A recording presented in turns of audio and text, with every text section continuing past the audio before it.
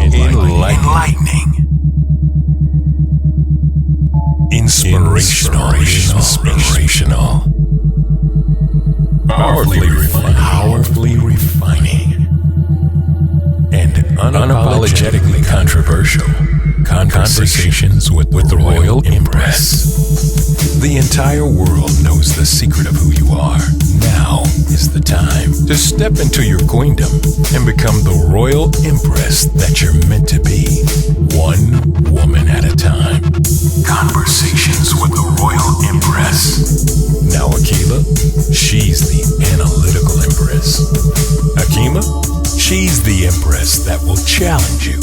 Now, straighten up your crown and be elevated through conversations. Conversations with the Royal Empress.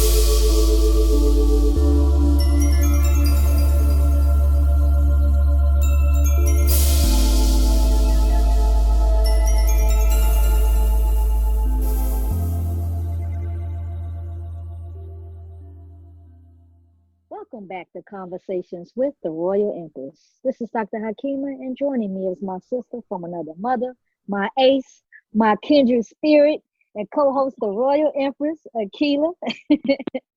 Also joining us is my very special sister, my sister, and special co-host, Dr. Sonia Kennedy. I am really loving Dr. Kennedy, if you all can tell by now. I mean, this is not the first topic that we've had with sister. We've had a previous topic that you heard. Her energy is off the chain. When you first meet her, you feel like you've known her for years. I want to reintroduce to you our co-host, Dr. Sonia Kennedy, aka the Power Pusher. How you doing, sis? Hey, I am doing good. I am super stoked, to be here yet again. Thank you for having me. And, man, I'm just loving this energy. The Power Pusher will be pushing some energy today. She's our author, absolutely. A speaker, a therapist, a CEO trainer, and founder of Empowering Wellness 360. She's going to be pushing some power today because we got a very powerful topic. The topic of today is when the relationship changes, how do we honor the shifting of the energy? Woo, that's powerful. Man. I just said. It's a loaded It's powerful. That's all I'm saying, sis. It's powerful. This a loaded topic. It's inspired by our sister too. So y'all know I'm full right now. I'm just full of the energy right now. Oh my God, this topic is just gonna be, oh my God, I'm so excited. Okay, I'm gonna go ahead and let the topic begin. I mean, we were having this discussion, right? And it's interesting because, again, I'm always on this woman-centered focused space of, how even women come into relationships. We come into relationships with others before we come into relationships with ourselves, right? Whoa, wait. Say that again. No, say that again, sis. Say that again. Break that down, sis. What that mean? So think about it. Like we barely get an opportunity to honor and recognize parts of ourselves before we're now in relationship with others. And so when stuff starts shifting and the energy starts changing and all these other things start cropping up, as I said, in the other podcast that we did, we learned how to suppress that because that's not supposed to be there, right? We can't honor the space of saying, oh, wait a minute, my relationship look like this. It's not supposed to look like that. Or, man, I'm not getting this out of the relationship. Well, tone that down because you got a man. You should be happy you got a man. We get all these messages about, what we're supposed to be doing as women, especially in relation to others versus in relationship with ourselves. And before we even dig deep into that, I'm going to say this, y'all. And I know we have some people that have been married before, and if they haven't, they've been in, some serious long-term relationships. And I'll just say this, breakups and divorces are a normal part of life. I'm going to put that out there and I'll explain it later. Divorces also are a normal part of life. And I know what I'm about to say, probably in the podcast, it's probably going to be a radical way of thinking about this, but I think that women need a space to think about it. They need a space other than, I got to stay for the sake of something, or I got to be here. or what's going to happen if I leave. You know, those things that keep us hostage. So like I staying for the children, right? Like staying for the children, how people say that. Yeah. Girl, they stay for finances, the children, they stay for the money, they stay for the money. Even the status. Yeah. You know what I'm saying? That's a saying good I'm one. married. You know, even the status of saying I'm married. Because we're supposed to be married. We're supposed to be married per standard, right? We're supposed to be married. But, and I'm going to say this, and Akilah, you tell me really what you think, right? I feel like, and I'm saying this to Akilah because I know she got some thoughts and ideologies around this. Like I said, I know I'm probably put some radical stuff out there. So I always know, y'all sisters, on the Royal Empress, y'all ain't nothing but about truth and transparency, right? All day, every day. That's right. What y'all think about marriage and relationships as sometimes being a dependency state?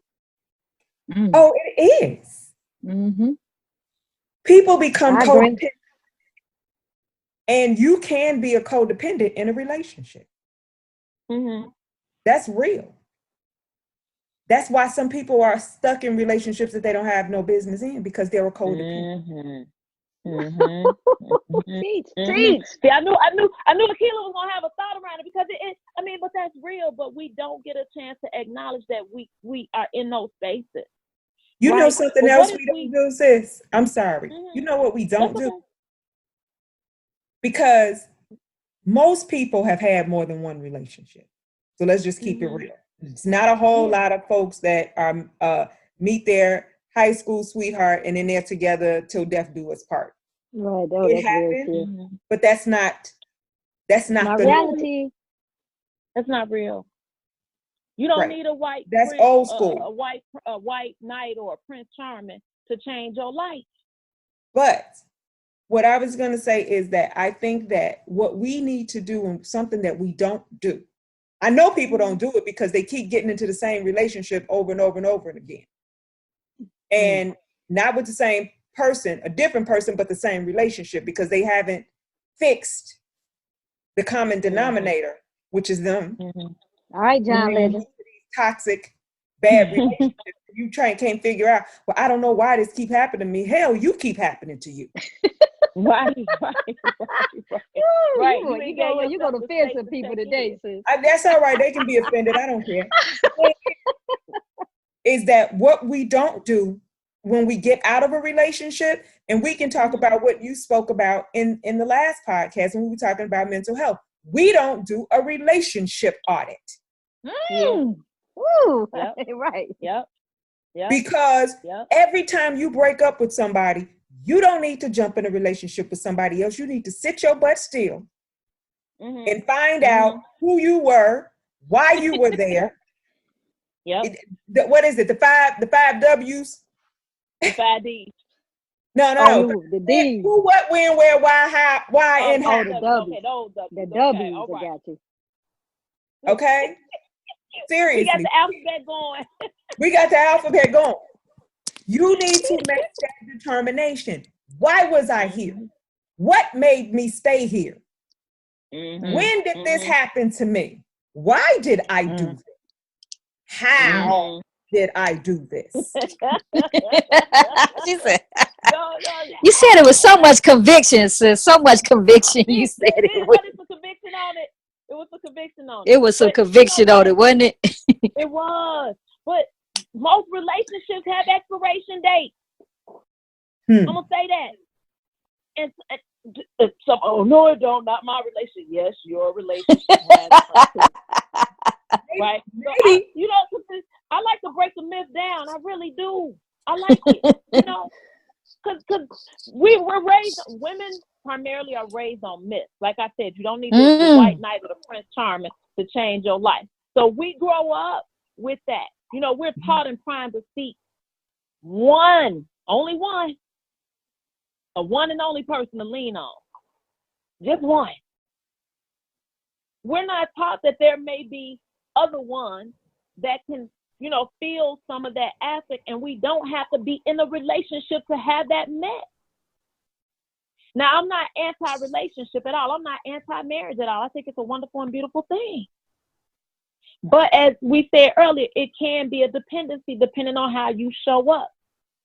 And what we don't do, Akilah, and you alluded to this, you know, we don't give ourselves a chance to create what it could look like. Mm-hmm. You know, we don't give ourselves permission. Let's recreate, you know, what a marriage or relationship supposedly represents. So your 5 W's. So if it represents something, let's talk about what it, you know, what did it really represent for you? But you can't. But we just got toxic meat and toxic. That's why it's got an expiration date. In my humble opinion, because you know it ain't with Harry. It ain't now you want to be humble, Sally. No, it's not that. Now you want to be humble.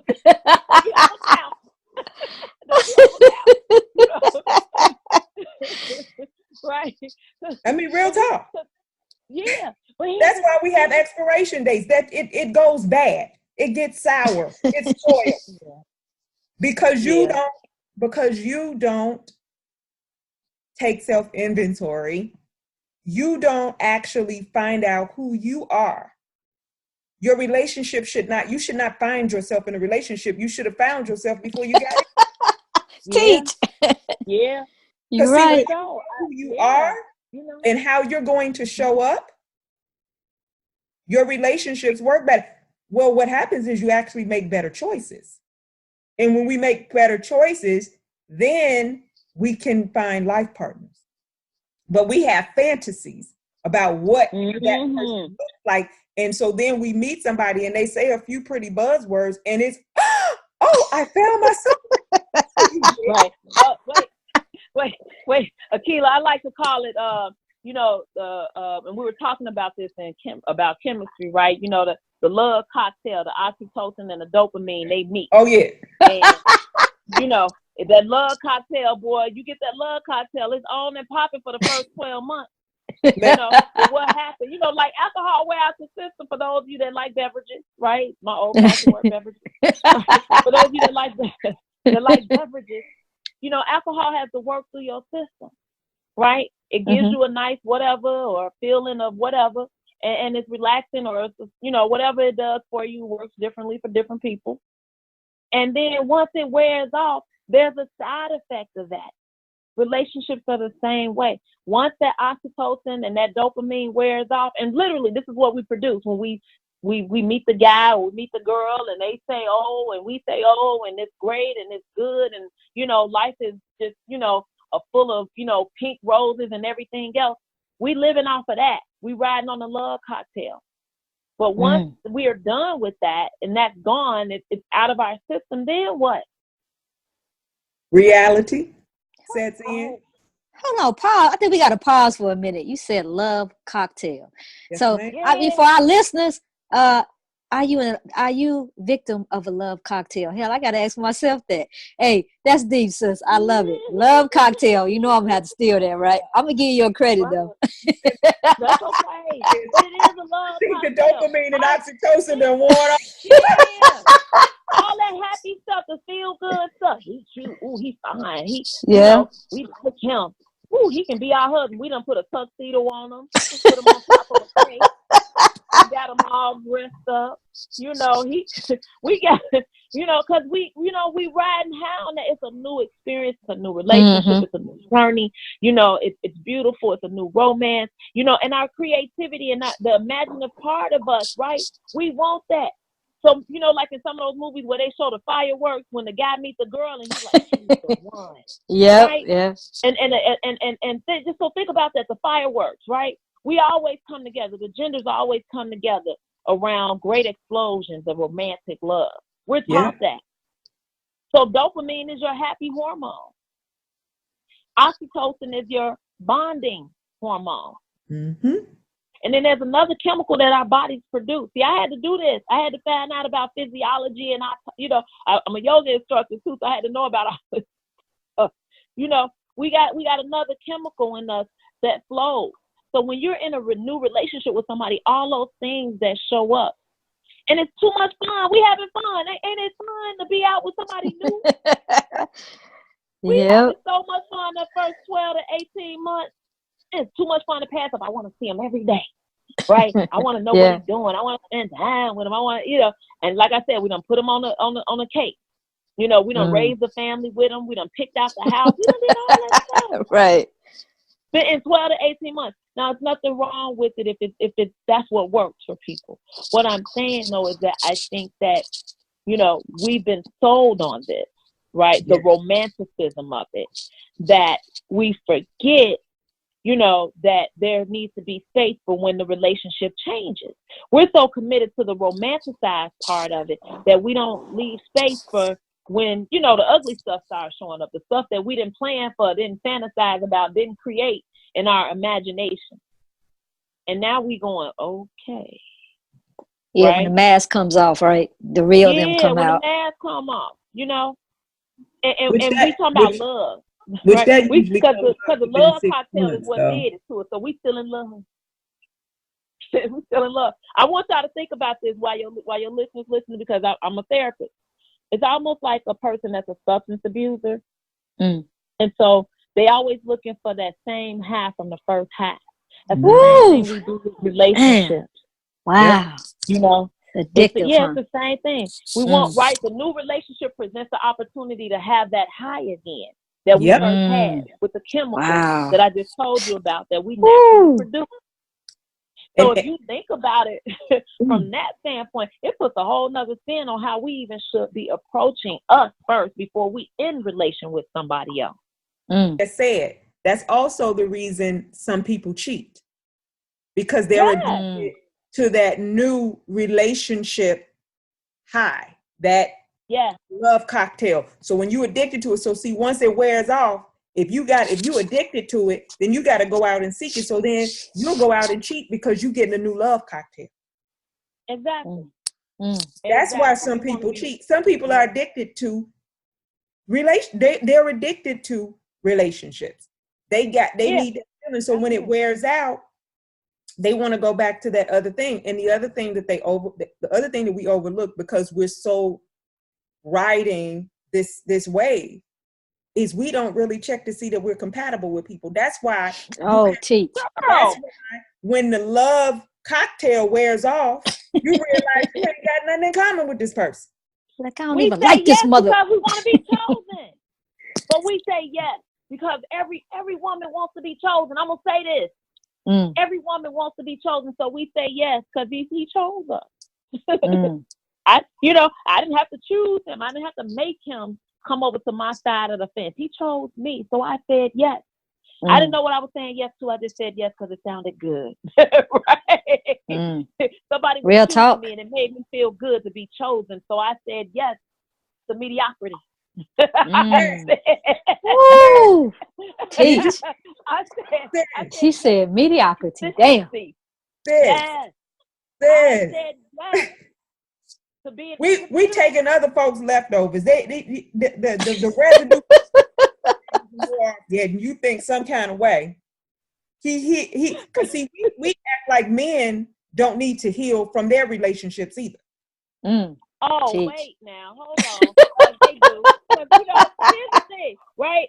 And we always say, we acknowledge that women and men think differently, right? There could be some linear thinking on that. And it's not to stereotype the genders. We do emit different chemicals in our bodies when we come into relationship as men and women. We emit different types of chemicals. And you got to think about this. Men are systemizers. They want the linear part of it. And women are mostly empathizers. That's what we're taught, right? So if it's a system, think about it. Men want the linear parts of it. And I ain't saying all men, but the men that may not be tapped into the feminine energy of who they are, they're going to be in a linear approach to that relationship. It needs to be orderly, and he looking at the lady for what she can do. That's it. What can she do? He's not looking at her from an emotional standpoint. What can she do? Can she cook? Right? Can she clean? Oh yeah, she know how to add and subtract. What can she do? He didn't say, oh man, I love her because she's beautiful. That's nice. He want to know what can she do, right? And women are busy trying to be empathetic towards how they show up. So men struggle. They don't know how to take turn in a dialogue when they're talking to you. You know, they presume stuff, unfortunately, right? They make presumptions that the marriage is okay when it ain't. Oh, yeah. You know, they're not in an empathetic modality. So when we get mad at them for not being, you know, more considerate or more affectionate or more kind or more loving, that ain't the makeup. That's not the makeup. We can't be mad about that. We have to recognize and own that we do show up in a gendered way in our relationships. So, you know, this emotional sensitivity that we even bring to the relationship, some men won't be able to connect with that. Mm. And when they do go outside the relationship, Akilah, for real, looking for that next love cocktail again, or the new relationship, or being addicted to that, guess what they really doing? Empathizing at that point. But they're doing it to somebody else. Yeah. You know? Their feminine part of their brain is going out in search of the same thing that they couldn't give you in that situation. That is exactly what they do. And they usually muck it up. They usually F up worse than they was doing before. Oh, yeah, absolutely. But here's the thing. Let's switch it a little bit. What if the woman was the leaver? What if she decided, hey, this relationship has changed. It's no longer serving me. You know, don't make him a bad guy. Don't make him a good guy. Don't make him less than, right? But I want to honor me and say, hey, you know what? This just isn't working. But she'll struggle through it. She'll still stay. She'll stay for years before she breaks up, whether or not she should leave. I don't know how many of y'all sisters have been in that space. For those of you that's listening, I've been a contemplator too. Should I leave? Should I go? Should I leave? I'm sorry, or stay. You know, y'all know what I meant, right? That's your mama again. Y'all know what I meant. Should I leave or stay, right? But we already know. If we asking the question, we already know something not right. We don't, like, you know, we said earlier, we don't need agreement or co-signing to know something ain't right if we're contemplating the question. We in the shower crying. We laying next to the situation crying. We feeling trouble, but we holding it in. That's why we get sick. We holding it in. We ain't even telling our partner. And then when we finally leave, let's say we leave, we finally leave. Can we be friends? Hell no. And wasn't nothing friendly about this, right? Mm. We was in enemy territory fighting each other. No, we can't be friends. Sleeping with the but guess enemy. Who wants to be? Huh? Literally sleeping with the enemy. Yeah, absolutely. But guess what? He might not even say it, but he might. But guess who still want to be friends? The woman do. That's deep. Because we still feel guilt for leaving. So we got to come up out of that. We got to own that we don't have to feel guilty for making choices, especially about relationships that don't serve us, and that we must serve ourselves at the highest level. And that we don't have to stay in a situation that doesn't, bring light or energy. And that we can have various teachers. That we can have a variety of teachers in our relationship. Society won't let us do that, though.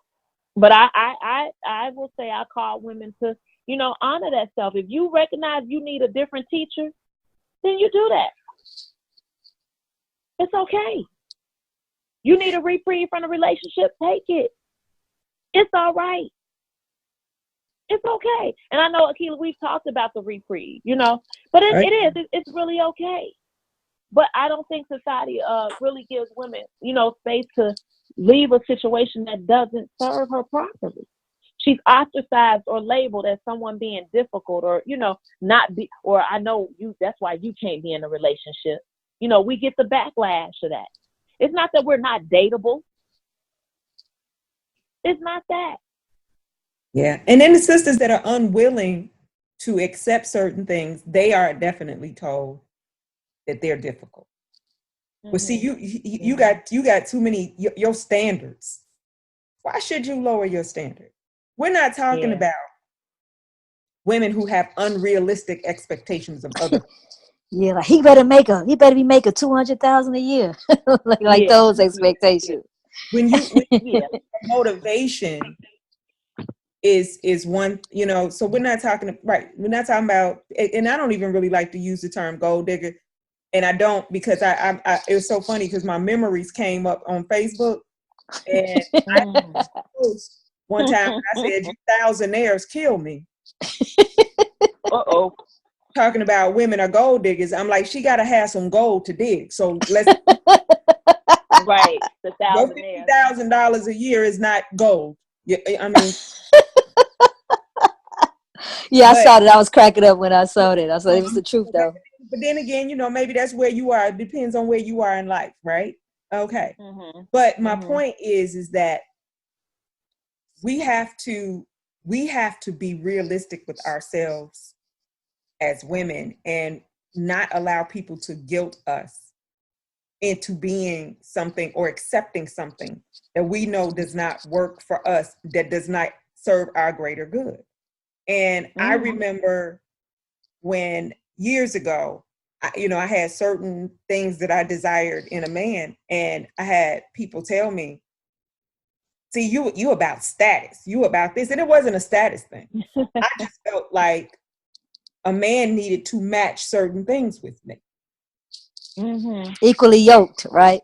So you want to be equally yoked. Use that term, but I'm just saying, but certain things needed to match. I didn't want to, like, it was really important for me to be with a man who had been somewhere. And what I mean by that is, if you ain't never been off the block, we have nothing in common. I mean, just real talk. You know, I had met men who had never been on an airplane before. I was a flight attendant. What I'm gonna do with you? Strap him in his seat. Strap him in his seat. Hold his hand while he get all nervous when the plane about to pull off. Especially if he's scared, he won't even fly, right? Right. Y'all have to drive everywhere. That's very minor, but it's little things that we don't understand about compatibility, and we don't approach relationships with a strategy, because we fly off with emotions and, like you said, things that are romanticized as opposed to actually being okay. If you were to enter a business, you wouldn't enter your business emotionally. This is the business of your life. You're talking about a partner that you're going to share space with. You mean to tell me that you shouldn't vet that person? That you shouldn't make sure? I don't care about no butterflies. Now, I mean, of course, I'm still a woman. I'm guilty just like everybody else of the crazy relationships, the this, the that. I, been there, done that, yada, yada, yada. But as we get older and we have experiences and we start to understand what it is that is good for us,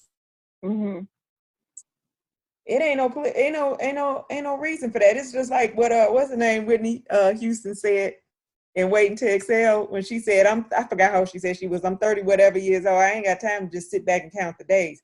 Ain't nobody got time to be wasting. Not at all. And I entered a relationship before, and again, we can be transparent. I entered a relationship before that I knew darn well I ain't had no business being in. In fact, I told him, I don't think this is a good idea, because we got some differences, and because he pursued me so much, I thought, well, he's so persistent. Maybe I'm tripping. Maybe I should give him a chance. No, everything in me was like, girl, run. It was like, run. Red flag. What are you doing? And guess what? I was right. But what made me feel like I needed to give this man a chance? This is what I'm saying. When you say we don't honor ourselves, sometimes we don't look at what we need. So that relationship had an expiration date because hell, I knew it wasn't supposed to be to begin with. And we don't set goals for our relationship. And so when you don't set a goal, like where's this relationship going? Because a relationship has energy. It moves.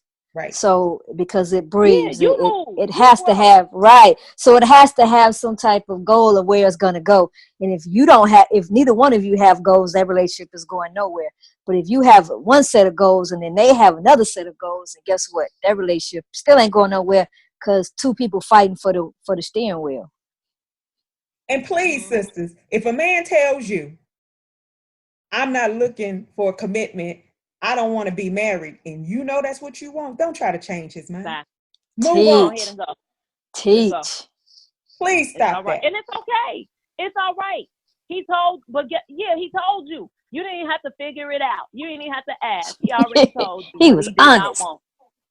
Yeah. And you know what? We like them kind of brothers, actually.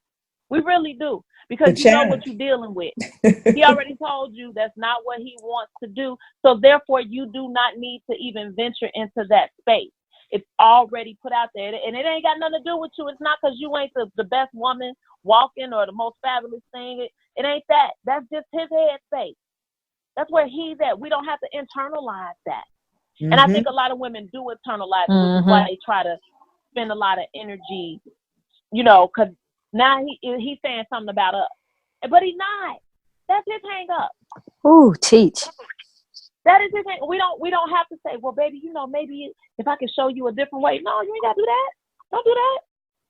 Let him go and get his own little naked silence somewhere else. And you go grab yours. And see, some of us don't even want to do that. We'd rather be there.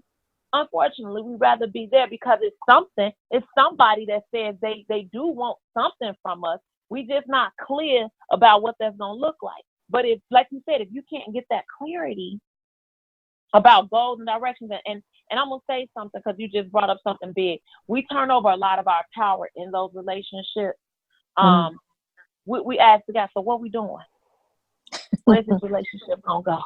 Right. Why are you asking him?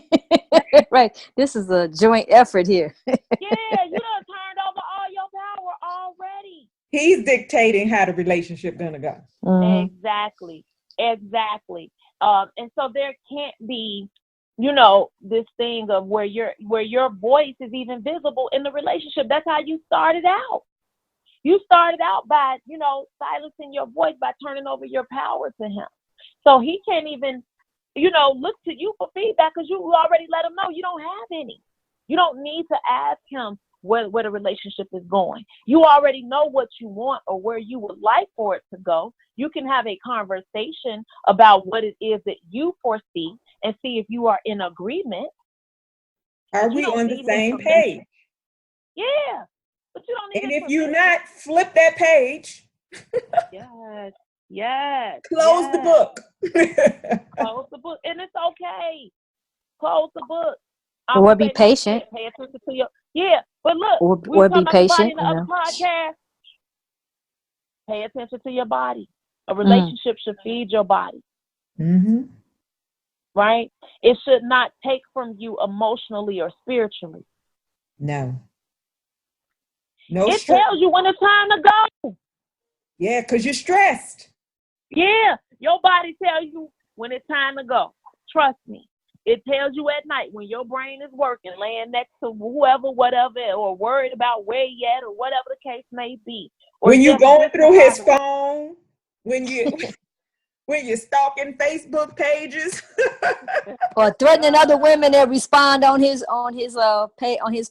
Why she say that? Why she say that? Right? Yeah. What was that? What?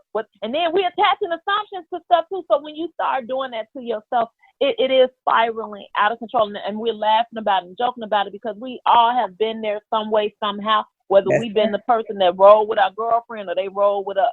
Okay. Yep. Right. I don't know if anybody else been a partner in crime. I've been one. All right. I've been a sidekick. I've been a partner in crime. That's all I'm gonna say. I've been a partner in crime. Yes, I've been a sidekick. I drove the getaway car. Looking for her. Drove the getaway car. Right. We ain't even gotta get our, but when we in connection with ourselves, we ain't gotta get our girlfriend out of bed to go take the ride with us. We really don't. I mean, we can't. We gonna have some fun, but right. Don't tell them Dr. Sonia said go take the ride. I did not. Right. From the mind of a skewed therapist, right? Because I always put my quotes out from the mind of a therapist, from the mind of a skewed therapist. She did not say that. Did not say that. What she said was, right? It's okay. It's okay to imagine the ride if that's what you want to say. That I'm not getting out of my bed. Sorry. Right. We talk about it though. But we're not getting out of our bed. We can talk about it. Right? But when we know that something keeps us up, it's doing damage emotionally and spiritually. And I remember one of my friends was saying, I'm not gonna let him kill me. Right? And I've heard my mama say it, I've heard aunties, sister friends, he ain't gonna kill me. Yeah. That is real. As real as it can get. Kill you. A relationship can kill you. Mentally, spiritually, emotionally, and physically. Yes. Like literally, let me tell you something. I had a friend, a peer, that it did put her in the grave. I was 20-something years old, and I remember this to this day. I remember standing over her casket. I said, no, this will never be me. So this will never be me, huh? You understand? I'm serious. It happened. This girl had a nervous breakdown. And the guy called her that day. Something happened that set her off. This girl was 20-something years old. You don't die of natural causes at 20-something years old. Wow. She told him nothing but death can break this for me. Nothing but death. She said that. Wow. She gave a silly moment. Y'all remember that nothing but death can keep us apart? Yeah. Moment. Okay. But I'm so serious, and I feel like that. And I remember going to that funeral, and I sat there, and somebody said this girl literally died of a broken heart. I'm like, man, come on now. It happens, man. Can't nobody have that kind of power over you. We worship the person we're in a relationship with. That's the problem. Sometimes we do that. We worship them. And you done set up a God beside God. That's right. We set up a God besides God, which that's gonna have an expiration date because he don't play God that. Besides God. Look, I love it. So then let me see.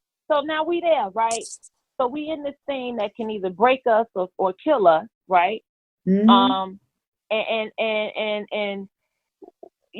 people, especially some women, when is it time to break up? We know the energy is there, but when is it time to break up for real? So I want to put a couple of things out there because I think, sisters, y'all really brought up something. Y'all brought up something with this. What is the template of wife, girlfriend, or partner?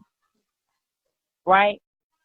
And, how have we narrowed ourselves to fit into those roles? That's huge. Know thyself, right? Because we kind of fit ourselves into those roles of wife, girlfriend, partner, whatever it's supposed to look like. We sacrifice the freedom. Even for those of us that are just in relationships and not married, we sacrifice the freedom of our unmarried self. Right? Your assertiveness can be numb. Your potentialities can go dormant. Just go to sleep. Your interests, they ain't that interesting no more, right? You can get stuck in patterns of living. Especially, I think for married people, sometimes you get accustomed to those patterns, right? And now you're coexisting with each other. But that don't mean that the patterns or the habits or traditions are even serving you. And a lot of times we remain entrenched in those patterns or routines or habits, even when a relationship breaks up. So I guess, and I say all that, how do you know when it's time to break up?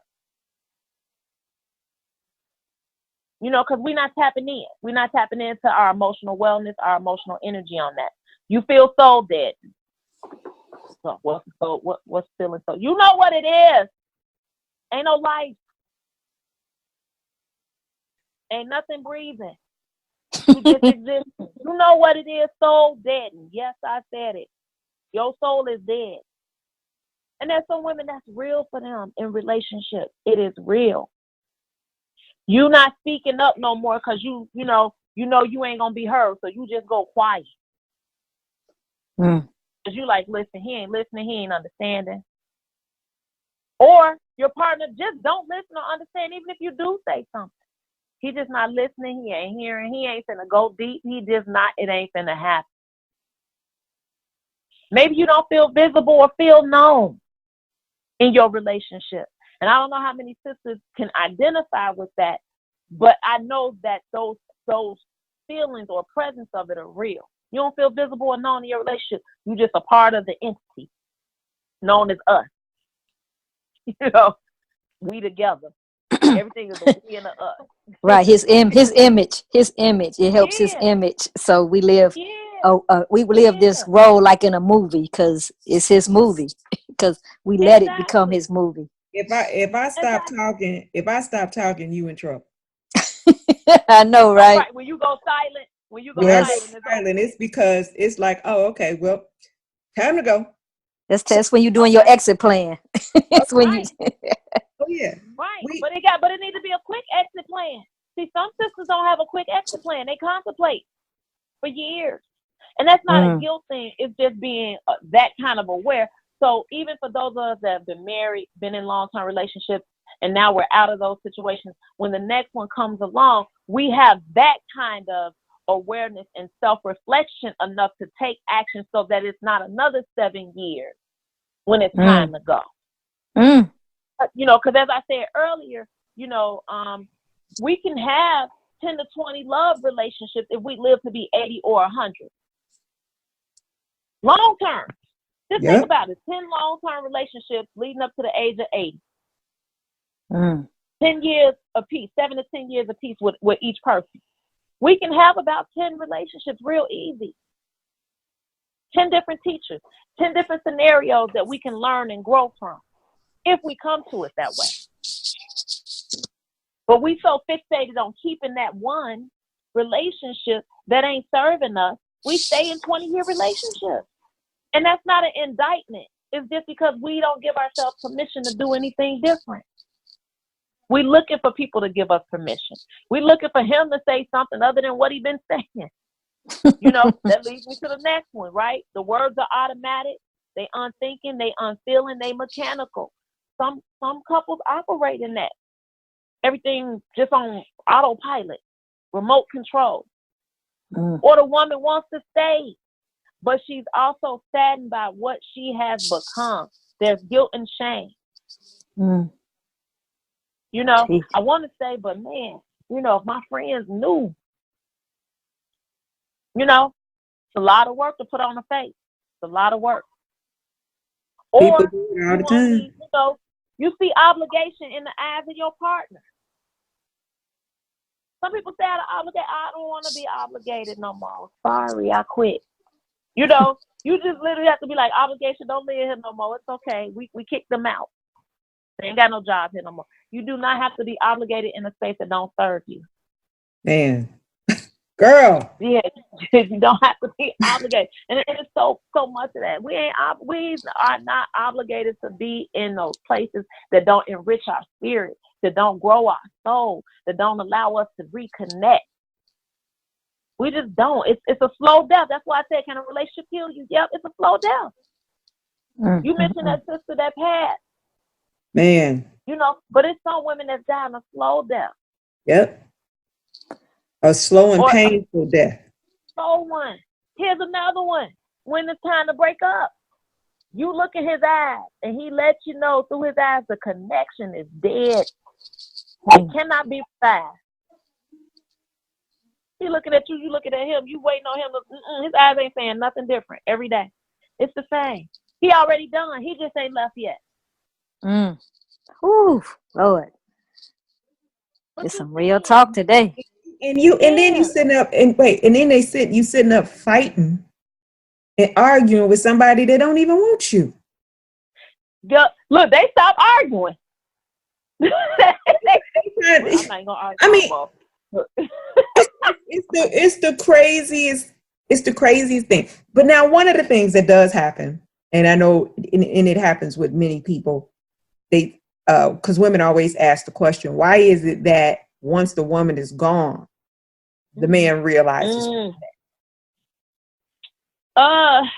It's a couple of ways to kind of dissect that. One, I'm gonna say, is emotional feeding. For those people that have done repeat situations, I've been guilty of that as well. I know better now. Ditto. But you know, we go back, right? Because we have a need for that particular thing that was provided. We need a prop, we need refuge, we need a boost.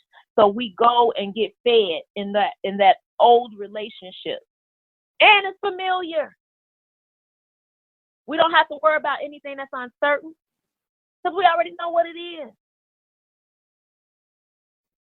So this emotional feeding is part of what happens, why they come back. They looking to be served. They looking to get their serving or their dish, right, or their meal from you, because that's what, feels like comfort food for them. Not the whole thing. They don't want everything on the menu, just the part that helps them to feel solid again. So men will show up with different women. This woman provides this. Women do it too. This man provides this. We ain't, off the table with that. But that's what it's called. It's emotional feeding. We go back for those parts to be fed. That's one of them, for sure. And I don't know if anybody ever been in a relationship like that, where the person just showed up just for that. They didn't really want the relationship. They just wanted that thing that you did for them. Whether you made them feel comfortable, whether you made them feel emasculated like a man, or whatever, you made them feel, connected. They show up for that. Once they got that, they done. They full. They out. Bye. See you. But we have to be aware. Because can't nobody come in and feed on you and take energy and life from you when you are, in a reflective space, and you are honoring yourself in a way that does not produce shame, guilt. And some women don't want to be alone. I think you can find solitude in being alone, honestly.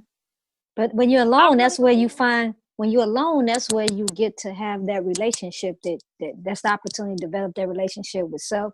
That's the opportunity to find and develop that relationship with God. If you're never by yourself, you're not going to ever develop that relationship with him, which is going to help you find that self-love. I mean, it's important. And we remove God out of the formula. And that's why the problem is always incorrect. It's because we want to approach this the wrong way. You can never remove God. He's that fulcrum that's on the scale, that piece. If you go to the doctor, that piece that the nurse is moving to balance off the scale to get your weight. That's what God is. He says that in the Quran. He's that fulcrum to balance off the relationship. So if God is not the center of any relationship, it's not going to work. You're right. And it also means telling the truth to yourself, a reawakening to yourself, so that you can give clout to, like y'all said earlier, to your intention for the relationship, so that you can learn to trust yourself again. Because a lot of times we don't trust ourselves again to be in a new situation, Akilah. So we do allow the emotional feeding to happen in old situations. Nothing wrong with an old situation. If it works, it works. But a lot of times they don't. Yeah, because usually the same problem that existed is still there. It's still there. It's still there. But unless you do the work.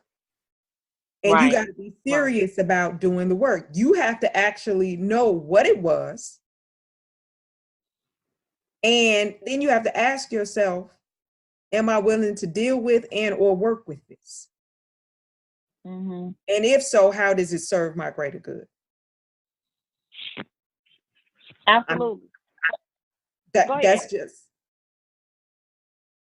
But you know what? And it's something I had to think about too. When you pair with somebody else, it can be difficult, period. Oh, yeah. You know, it can be a beautiful accomplishment, but it requires a lot of effort to make that relationship work. And I don't think that we come out of the romanticism of it enough to think about that we are actually pairing with somebody, you know, and then how we can honor ourselves from the sense of responsibility that we have for that pairing or for that relationship. So if a breakup does happen, it's larger than life because we done created a whole myth around it. Teach, sis, teach. You know, so if a breakup do happen, it's the whole, you know, the myth, you know. No, it don't have to be that. You know, I think y'all said something earlier, you know, that's just about harmonizing the needs of your soul. You know, are we compatible? And even if we are at this moment, when there's a change, our changes need to align with our circumstances. Exactly. So the relationship got to get in alignment. So you have to also have a person who is going to be malleable enough. I didn't even say teachable. I just said malleable, just a little mold, like some Play-Doh. You know what I'm saying? Just a little Play-Doh, right? They got to be malleable enough to be, you know, in a space to shift, right? So that if they can get back in alignment. And the alignment ain't even got to be nothing hard. Some of us think an alignment is just all these different changes. It might just be a little, you know, I'm a yoga instructor, so it might just be a little pull or a tug to the left or the right. Not a lot.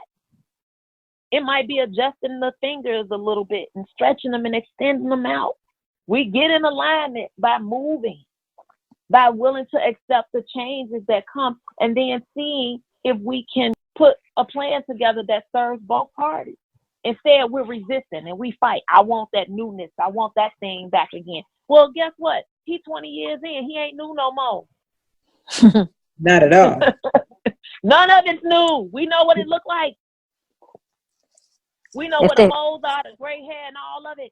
We know. If people are spiritually growing, it could be new. It just, people are not trying to do that. It can be. Right. It can be. But a lot of us are not approaching relationships. But it's not a cocktail. A spiritual growth, right? And a new love based on spiritual is not the cocktail, the love cocktail. Right. So you'll never, so once you have in essence kind of realized that the love cocktail is not a realistic thing for the long term. Not long term. Because once you learn enough about that person. Yeah. Once you connect spiritually, then you can get that newness all over again repeatedly because you're constantly growing together, but you understand that it's a spiritual connection. That is, to me, that's when you really get those long-term relationships that you can have until you're 80 and 90 years old with somebody, not just accepting and putting up with. Right. But full spiritual alignment, I think, is what helps people to be life partners, to be good life partners. Not just there because you can say, that's what I tell people all the time. They say, oh, well, I want to talk to somebody that's been married 50 years. I'm like, well, not if they done had What you gonna tell me, girl? It's okay, let him cheat. Hell no. All men cheat. They gonna go out and do it. Right. Right. That's gonna be your advice. That's gonna be your advice. It's all right. Grandma and grandpa sleep in separate rooms, and y'all talking about, man, my grandparents been married for 60 years. Hey, but they got about 20 kids or 20 children. Hey, that just means that they was just creeping over to the other room. I'm just saying that. Penciling each other in. It ain't even in ink. They got a thing on the door. Pencil their time in when they go. Yeah, no, absolutely not. But I know some couples that have separate rooms, Akilah. Hello, I do too. You know, my grandparents and my great grandparents had separate rooms, but they sure had a lot of children. So that means that separate room was I don't know what was the point. I think it was just when I don't want to deal with you, you go in your room, I go in mine. But when we want to deal with each other, we gonna creep right over to that room that we want to creep into. By the time they got them separate beds, the children were probably grown. That is true. You're right. They were probably older. But they wasn't penciling each other in. They just, you know, it's like, hey, I've been with this person all this time. You know what happens? I'm not getting ready to give up my benefits. That's the attitude. And see, this is what we don't understand. People look at it like I have invested in this man for 30 years. I'm not ready to leave him and give up my pension and for some other woman to get it. You ain't lying. I done put up with all this stuff and I leave him. He go off and marry somebody else and all that stuff I done put up with and all of that. Now she get it all. No, ain't nobody. That's why they stay. It's an investment. It's like vesting in a company. I quit. I'm done. But I'm telling you. I quit. Girl, listen. But you're right. I mean, you know, you're right. And it's funny because as you were saying it, I'm like a human snowflake. I require different things. And maybe in those 20 years, my different things ain't being met. Mm-hmm. So I might need to sleep by myself because he snores. Or I don't like the way he smells or whatever. Right? Does that mean that our relationship can't be strong because my needs are now different? No, it don't. It don't have to be traumatic. It don't. Right. So maybe our grandparents were on to something in that regard. Like, this is what I need. I need to be in a separate room for him. I need to have my own space. And if a woman was doing it, she understood it, but probably not in the way we're talking about the emotional wellness part of it. Women need a reprieve from all relationships, kids included. Now, that might be hard for some people to hear, but we need a break from being that kind of responsible. We just do. In order for us to come back and regroup and be in connection with soul, we have to be able to take a break or create a space from always having to be this person or that person or this role or this part. We got to be able to have it. Yeah. Now, we can talk about this all night. All day and all night. We might have to come back and do a part 2. Okay. Yeah, we definitely. Because man, it's just so much. It's a high. It's kind of charged, but it's like, but you're right. We have to, as women, really, really, really, really, really decide for ourselves that it's okay to get what it is that we need and want in a relationship, and we don't have to settle. We don't have to accept. We don't have to be the good person, the burden carrier. We don't have to do none of that. And when you say we need a reprieve, tell us what you mean by reprieve, and then we can try to see where we're gonna challenge some folks in this. Okay. We need a reprieve, meaning that we need a break. We need to be able to be okay with taking a break from all of our responsibilities to all these relationships, love relationships included, kids, jobs, all of that other stuff, extra family stuff, all of that. We need to be able to be okay without having to always be in the mix or in the cut of something. Give yourself permission to say, hey, I want to put some things on pause. I know, Akilah, you mentioned that. On this day, I'm not doing nothing, right? Mm-hmm. The other part of that reprieve, and definitely let's bring on the challenges. I want to leave maybe 3 quick things. We need to be, more willing to admit to men's inability, right? So that we can have the relationship that we want. Instead of using the energy to try to change them, let's admit to the inability, right? So that we can move forward. Because if you keep trying to make him do this part of it and he can't, for whatever reason, meet that need, it's not about you. We have to at least be willing to admit to that And then have less expectations. We can still pair up with them. We can still be in relation with them, but have less expectations so that it could free you from being disappointed. I know, right? A little radical shift, but I won't leave it there. That's not radical. You know, that's my philosophy, but go ahead. Right. Right. We got to acknowledge the limits of romance and the high value that we place on that. We place so much on the romance part of it, you know, that when we get all this other stuff that don't look like that, you know, we in despair about it. So no, we ain't got to even be in despair. We can be in acknowledgement and be happy. It's a way to do it. So I'm going to stop there. I know we got to bring on these challenges, but I mean, I want to lead that and drop that because I think that's something for us to sit in reflection on. Boy, Dr. Kennedy, man, heavy. That's all I'm going to say. Okay, let me go into my challenges. Okay. All right. This is a heavy topic. We got to have part 2, part 3, part 4, part 5. So this topic is deep. But one of the challenges that I want to list is we got to be comfortable with being alone and not being in a relationship, being by ourselves. There's nothing wrong with that. Stop going from relationship to relationship. Learn how to be alone to say what went wrong in that relationship. What do I need to fix in myself?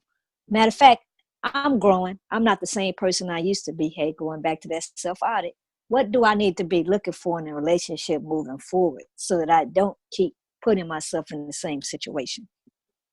When you do get into a relationship, you got to set goals for the relationship. That's something that when you meet someone, you should be putting yourself into a courtship, both of you. Set goals. Find out are you both compatible, right, Akilah? Are you both compatible? Why waste each other's time? Why bring children in the world with this person if you know you're not compatible? Another challenge, stop silencing your voice in a relationship, right, Dr. Kennedy? Stop silencing yourself. You got to be able to speak up. You got to be able to acknowledge your feelings in this relationship, your wants, your desires, so that your partner is aware of it. How they going to make you happy if they don't know what makes you happy? Hell, if you don't know what makes you happy. Another challenge is find yourself love. You got to love yourself. And if you don't love yourself, I don't care what relationship you're in, it's not going to work. It's going to always have an expiration date because you don't love yourself. You don't know how to love you. So therefore, you can't communicate with someone on how you should be loved. Last and the most importantly is God must be the center of our relationships. If it's not, then the relationship is not going to work. So if you get to a relationship and that man is not making God the center, then it's not going to work. You must make God the center for yourself. And when you meet someone, you got to make sure that God is the center for them. So that when you both come together, it's a known fact. It's going to be noted that God is the center of the relationship and truth is going to rule in your relationship. Those are my challenges.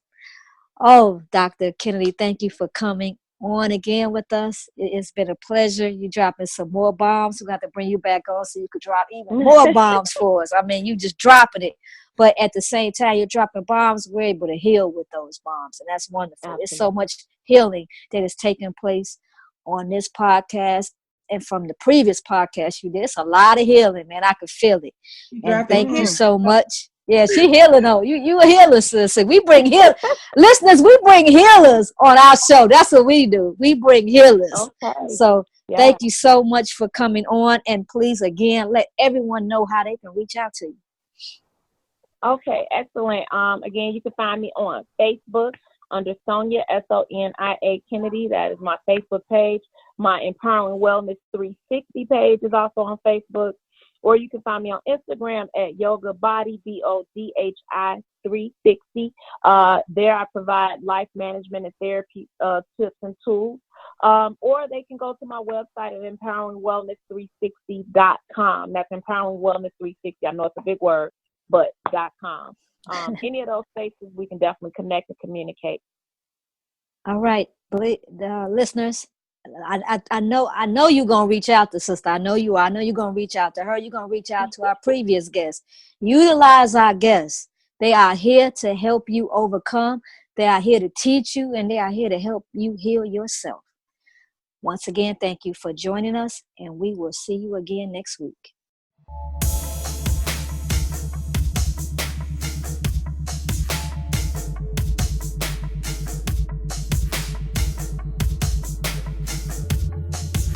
Thanks for listening to another episode of Conversations with the Royal Empress. Tune in next week for another enlightening conversation. For more information on the Royal Empress, please visit the website royalempress.org. You can also follow the Royal Empress on Facebook, Instagram, and Twitter. Conversations with the Royal Empress is a subsidiary of the Royal Empress organization. All rights reserved.